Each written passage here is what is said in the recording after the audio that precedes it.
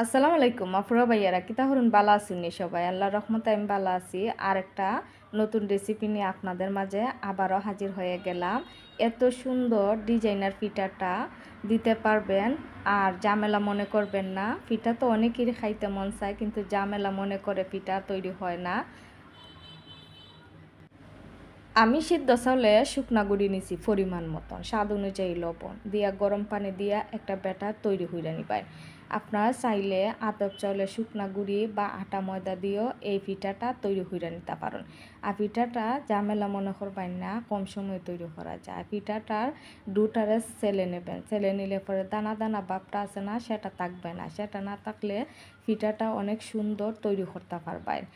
আর একটু ডুর মধ্যে food colour দিয়ে দিছি, ফুড কালারটা না চাইলে আপনারা স্কিপ করে দিতে পারেন। আর সিরিজ দিয়ে এই পিঠাটা তৈরি হইরা নিব। আর আমি আপনাদেরকে কয়টা পিঠা তৈরি হইরা দেখাই দিতেছি, যে কতটা সহজে সিরিজ দিয়েও ডিজাইনার পিঠা তৈরি হইরা নিতে পারবেন। আর যেখানে বেমিল হয় সেখানে হাত দিয়া একটু মিল হইরা নিলে কিন্তু পিঠাটা অনেক সুন্দর দেখা যায়। আমাদের এখানে খোলা পাতা নাই, তাই আমি ফলি ব্যাগের মধ্যে তেল মাখাইয়া পিঠাটা দেয়া দিতাছি। পিঠাটা দেখতে যতটা সুন্দর, খাইতে তার চেয়েও বেশি মজা। একবার হলেও বাসাতে ট্রাই করে দেখবেন, এই পিঠাটা কিন্তু খাইতে অনেক মজা। সবাই এই পিঠাটা খাইতে ভালোবাসেন, কিন্তু দিতে ঝামেলা মনে করেন। এতটা ঝামেলা মনে করবেন না, খুবই সুন্দর করে সহজে এই পিঠাটা তৈরি করা যায়। প্লিজ আপুরা ভাইয়ারা চ্যানেলটা সাবস্ক্রাইব করুন, লাইক কমেন্ট করুন, আর ভুলে যাই না ভিডিওটা শেয়ার দিয়ে পাশে থাকুন। অনেক কষ্ট করে ভিডিও তৈরি করি, আপনারা দেখলে আমার সবচেয়ে বেশি ভালো লাগে, অনেক বেশি ভালো লাগে। আর প্লিজ পুরা ভিডিও দেখবেন গো, স্কিপ করবেন না আপুরা ভাইয়ারা।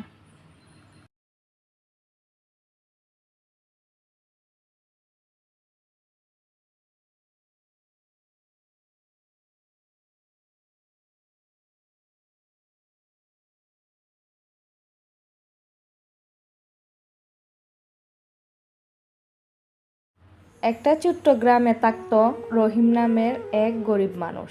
তার ছিল ছোট্ট এক কুঁড়েঘর, স্ত্রী আর দুই সন্তান। রহিম সারাদিন কেটে কুটে দিন মজুরির কাজ করত। যেদিন কাজ পেত সেদিন ঘরে ভাত রান্না হতো, আর যেদিন কাজ পেত না সেদিন শুধু লবণ ভাত অথবা কখনো রাতে পানি খেয়ে ঘুমাতে হতো।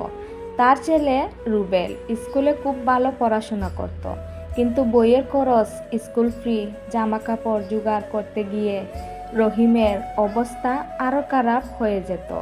ছেলে যখন স্কুলে যেত তখন খালি পেটে যেত, তবুও মুখে হাসি রাখত, কারণ সে স্বপ্ন দেখত একদিন বড় হবে, মানুষ হয়ে বাবার দুঃখ দূর করবে। রহিমের স্ত্রী রাবেয়া মাঝে মাঝে পুরনো কাপড় সেলাই করে ভাঙা হাঁড়ি পাতিল দিয়ে রান্না করে দিন পার করত, কিন্তু অভাব চাপ তাদের সংসারে সবসময় ছিল। একদিন গ্রামের স্কুল শিক্ষক ব্যাপারটা খেয়াল করলেন। তিনি গ্রামের সবাইকে ডেকে বললেন, রহিম গরিব হলেও তার ছেলে খুব মেধাবী। আমাদের সবার উচিত তাকে সাহায্য করা। যদি আমরা একসাথে দাঁড়াই তবে অভাব আর দুঃখ তাকে আটকাতে পারবে না। গ্রামের লোকেরা কিছু টাকা পয়সা, কাপড় আর বই দিয়ে সাহায্য করলো। রুবেল পড়াশোনা চালিয়ে যেতে পারলো। অভাব তাদের জীবনে ছিল, কষ্ট ছিল, কিন্তু আশা আর স্বপ্নের শক্তি তাদের টিকিয়ে রাখলো।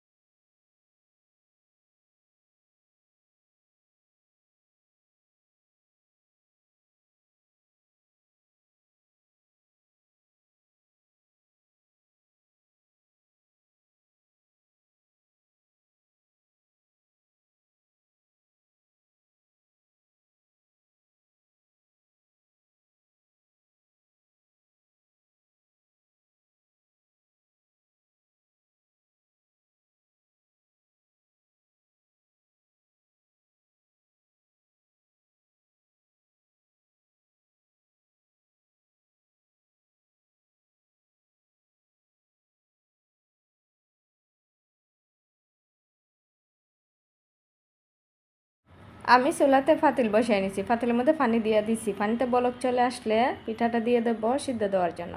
অবশ্যই একটা ঢাকনা ব্যবহার করবেন, না হলে পাপটা যে পিঠার বের হয়ে যাবে তখন কিন্তু সিদ্ধ হবে না। আর পিঠাটা সিদ্ধ হইতে তেমন একটা সময় লাগে না, 2-3 সেকেন্ড সময় লাগে পিঠাটা সিদ্ধ হইতে। আমার পিঠাটা সিদ্ধ হয়ে গেছে, তো আমি এখন চুলা থেকে পিঠাটাকে নামিয়ে নিতেছি। নামিয়ে নেওয়ার আগে আপনাদেরকে একবার দেখিয়ে দিলাম কিভাবে এত সুন্দর করে পিঠাটা সিদ্ধ হয়ে গেল। আমি পাঁপড়গুলো রোদে শুকিয়ে নেওয়ার পরে কয়েকটা পাঁপড় আপনাদেরকে বাজ্যা দেখাইয়া দিতেছি যে কতটা সুন্দর করে পাঁপড়টা দেওয়া মারতে কিন্তু ফুলে উঠতেছে। আর পাঁপড়টা দেখতে যতটা সুন্দর, খাইতে তার চেয়েও মজা। প্লিজ একবার হলো বাসাতে এই পাঁপড়টা ট্রাই করবেন, খেয়ে দেখবেন কতটা মজা এই পাঁপড়টা। জানি অনেকেই পাঁপড় খাইতে ভালো লাগে, কিন্তু দিতে যে একটা ঝামেলা মনে করবেন সেটা কিন্তু মনে করবেন না। খুবই সহজে আর কম সময়ে এই পাঁপড়টা কিন্তু তৈরি করা যায়।